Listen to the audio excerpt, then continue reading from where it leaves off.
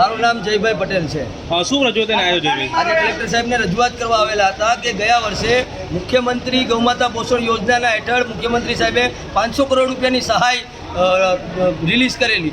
એ સહાય અમુક ગૌશાળાઓને મળેલી છે, અમુકને નથી મળેલી, અને જે તે ટાઈમે એ સહાયમાં એક કન્ડિશન હતી કે માલિકીની જમીન હોવી જોઈએ। ત્યારબાદ પાંજરાપોળના ટ્રસ્ટીઓ, ગૌશાળાના ટ્રસ્ટીઓના રજૂઆત બાદ એ કન્ડિશન કાઢી નાખેલી છે।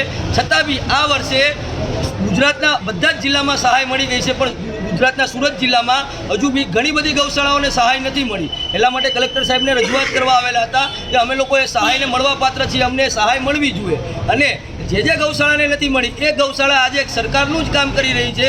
રોડ પર રખડતી ગૌમાતાઓ, એક્સિડન્ટ થતી ગૌમાતાઓ, બધી ગૌમાતાઓને એ જ ગૌશાળાઓ સાચવે છે। જો એ ગૌશાળા ન સાચવે તો રોડ પર પબ્લિકને આપત્તિ ઊભી થાય, સરકારને આપત્તિ ઊભી થાય, વાહન વ્યવહારમાં આપત્તિ ઊભી થાય।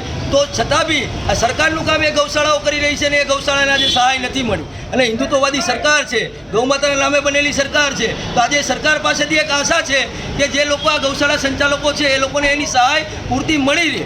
અને જો ન મળે તો ગયા વર્ષે જે રીતે બનાસકાંઠા જિલ્લામાં અને કચ્છ જિલ્લામાં ગૌશાળાના સંચાલકો મોટી સંખ્યામાં ગૌમાતાને લઈને અને મોટી સંખ્યામાં ગૌસેવકો કલેક્ટર કચેરીએ પહોંચેલા હતા, એવી જ રીતે સુરત જિલ્લાના ગૌસેવકોની અને સુરત જિલ્લાના ગૌશાળાના ટ્રસ્ટીઓની તૈયારીઓ છે કે જો અહીંયા સુરત જિલ્લામાં સહાય નહીં મળે તો મોટી સંખ્યામાં ગૌમાતાને લઈને અને ગૌસેવકો કલેક્ટર કચેરી તરફ રવાના થશે।